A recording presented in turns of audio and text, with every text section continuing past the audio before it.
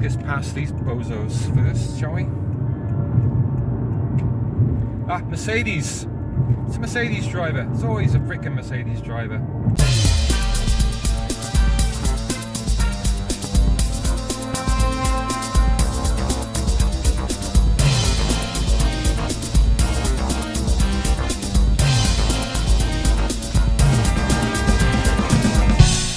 It's a sad day. Very sad day, but you know, one that has been coming for a while anyway.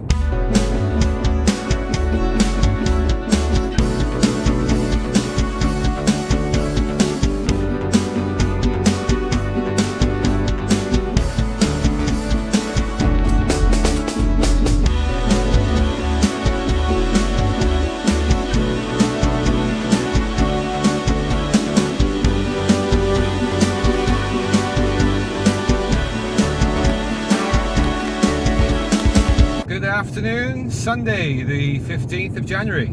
We're on a road trip and you will have just seen me load up the car with my record collection. So we're off to Kobe to visit David at Akavinyl, who's going to be the agent for selling my collection.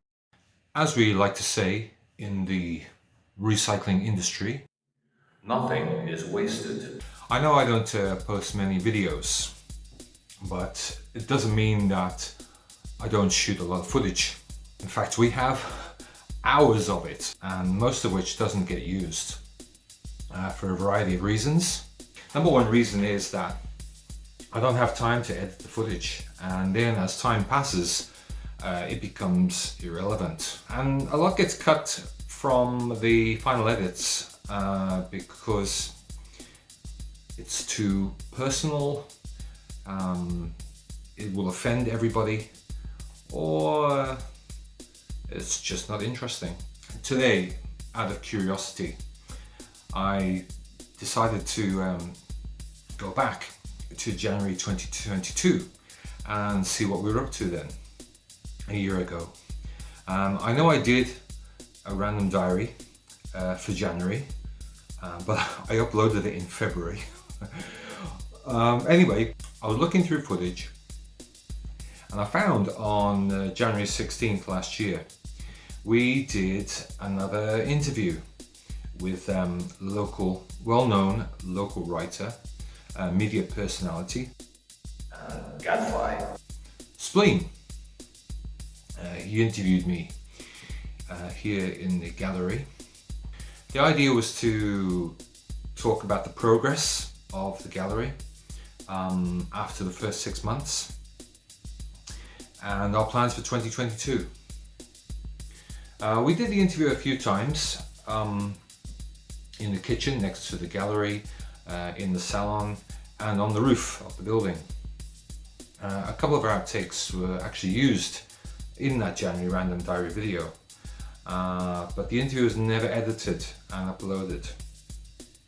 It was to be part of an ongoing series which started in June 2021, and with the first artist interview that we did, which you can see here.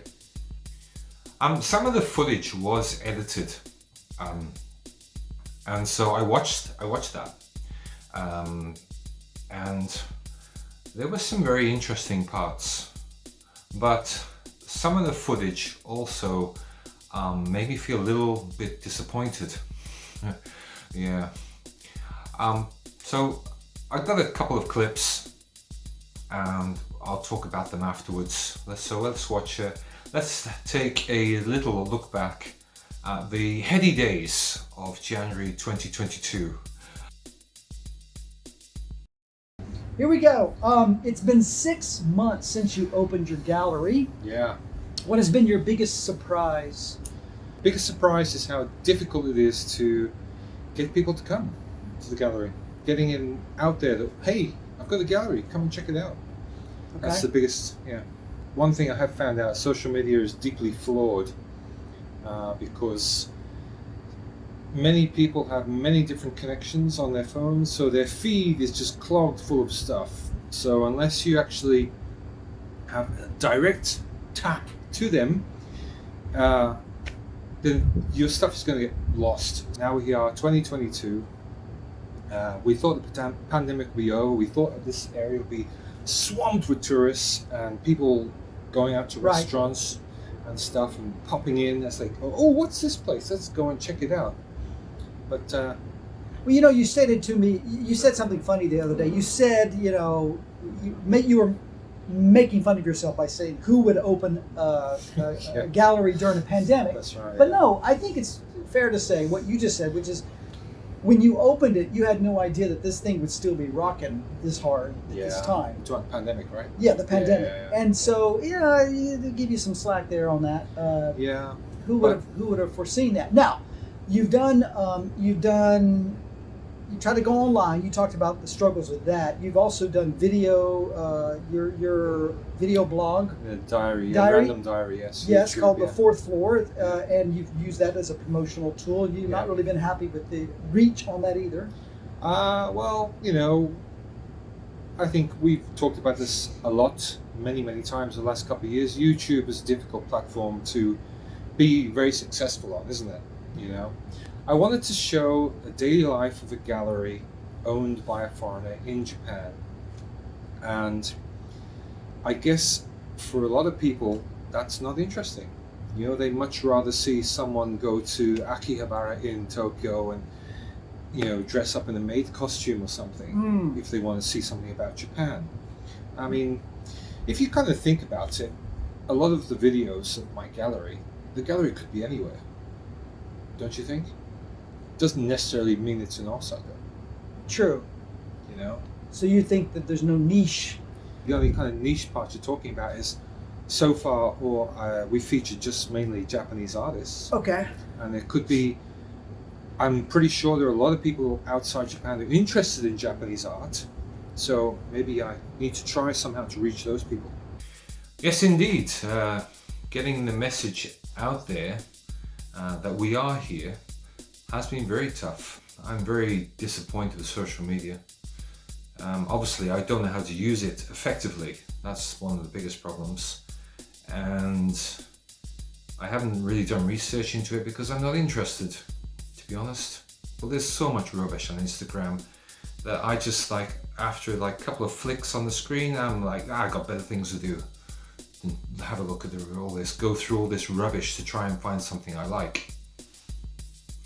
So, yeah, social media. The coronavirus is still here and still disrupting the way we live. And that's something, I couldn't have foreseen. That has affected the gallery. Life is returning to some sort of normality, I think, here in Japan anyway. The government is encouraging people to live with corona, and tourists are now allowed back into Japan with few restrictions. So, you know, there are lots of hotels around here and restaurants, so hopefully things will start to pick up on that front. Let's watch another clip where Spleen asks me about the business of selling art. My first show at the beginning, in last July, I sold 5 pieces altogether. That's impressive. That's good. There was actually 4 pieces from the exhibition, and then there was a piece in here of mine which is on show in the salon at that time. Somebody took that. And then since then, one artist sold 1 piece in November. Mm-hmm. And I think it's not a reflection on the gallery, and it's not a reflection on the artist either.